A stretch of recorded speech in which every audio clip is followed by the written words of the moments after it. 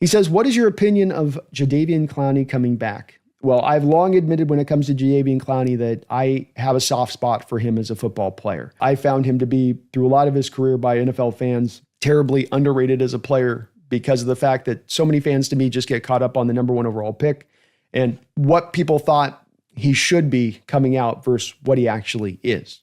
And though what he is not the ultimate superstar that he was teased, the Hall of Fame kind of possible player he was looked at when he came at, he has been a really, really good football player. He has had a really fine career. And he had his best season of his career, Thomas, when he was with Mike Macdonald. That's when he lit it up as well as anywhere else in his career with all of his landing spots. Nowhere was better than with Mike Macdonald. And it wasn't just simply because he went to the Baltimore Ravens, who had a good defense and he had a lot of good help around him. And so he could really shine because you couldn't just concentrate on him. That was a little bit of it because some of what's held Clowney's productivity back throughout his career is wherever he tends to go, he's tended to be the only horse that's really a viable pass rushing threat. And so teams can concentrate a lot of double and triple teams onto him to be able to neutralize him. And when he went to Baltimore, you couldn't do that as much. You had to play it sort of single him up. And then you had the combination of then Mike Macdonald really knowing how to use Jadeveon Clowney best. But then the way that he used him best also fitted perfectly to what Mike Macdonald wants to do from his edges, specifically the power side, strong side edge. And so what he wants to do with that, sometimes it can be weak side, a lot of times it's strong side. But what he wants to do with that is he wants to align the guy up in not only a wide 9, I've called it like a wide 10 or a wide 11, because the defender is just so far extended down the line of scrimmage, so far out, that what Mike Macdonald's trying to do with them is give that defensive end a chance to be able to get build-up speed. Because the further out that you get a guy widened out, the longer until the contact happens between the tackle and the edge, that first initial collision. The wider you get out, the longer until that collision occurs. So he would widen Jadeveon out really far out, where a lot of coaches had this desire to try to pull Jadeveon inside at times and get him almost, at times even in as a 3-tech. He widened him out and he said, okay, Jadeveon, here's what you're going to do. You're going to launch off the line of scrimmage and you're going to bowl in a china shop it, and you're just going to come down and just blow everything up in the backfield. I just want you to go hammer that tackle as hard as you can and drive him backwards into the pocket.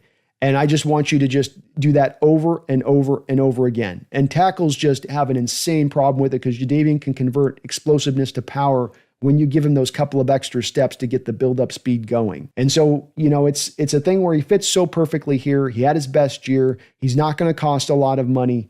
The other part that comes into play on this, Thomas, is a little bit of what is the team's intention with Boye Mafe and Derek Hall. I would tend to think that with Mafe, that's a guy that's probably in the sideline to be a guy that they're most likely going to give to a contract extension. I don't think there's any guarantee, and I don't think he's exactly come hugely forward in his game to where you're really feeling comfortable giving Mafe $20 million per year or somewhere around that area of things. I think you're going to get a little uncomfortable when you talk about having to give him that for what you've had from him, because he's been a little bit hot and cold as a pass rusher, and he's been pretty consistent against the run. But he hasn't been a bad player. He's been a good player, but do you want to pay him that kind of money? Derek Hall, guy, turned it on last year as a pass rusher for sure, but is a little bit of a liability against the run.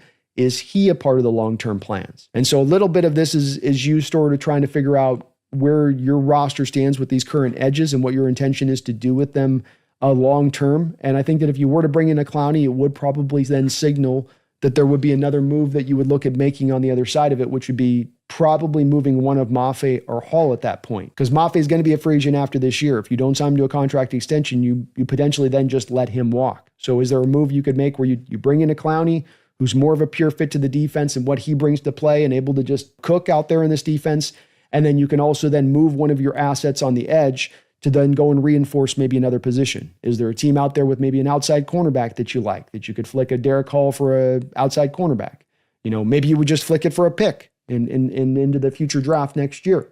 There's a lot of creative ways to then kind of do the secondary move on the back of then signing Clowney. It wouldn't have to be that you just carry the 5 edges at that point. But this is a little bit of what I think smart organizations do in regards to the Hull and the Mafe situation, is get a little bit out ahead of those and look out those with a little bit more of a forecasting versus let's just ride it out another year and see what happens. Like you should be able to make the determination at this point on both of those two players about whether they're really truly going to be guys here for the long term, if they're guys that truly, really fit exactly to Mike Macdonald's defense and what he wants from the edge group. I'm not saying I know this for sure, This would just give them an opportunity to go find what is we know to be a pure fit for what they want off the edge, and maybe an opportunity to then peel off a guy that might be not as much a pure fit into this defense off the edge, if that makes sense. So I'm in favor of it, but Thomas, I will fully 100% admit that I am biased beyond hell when it comes to Clowney, because he makes this football team better in 2025. And I think his fit to this defense is just so pure and so true. I really do, Thomas.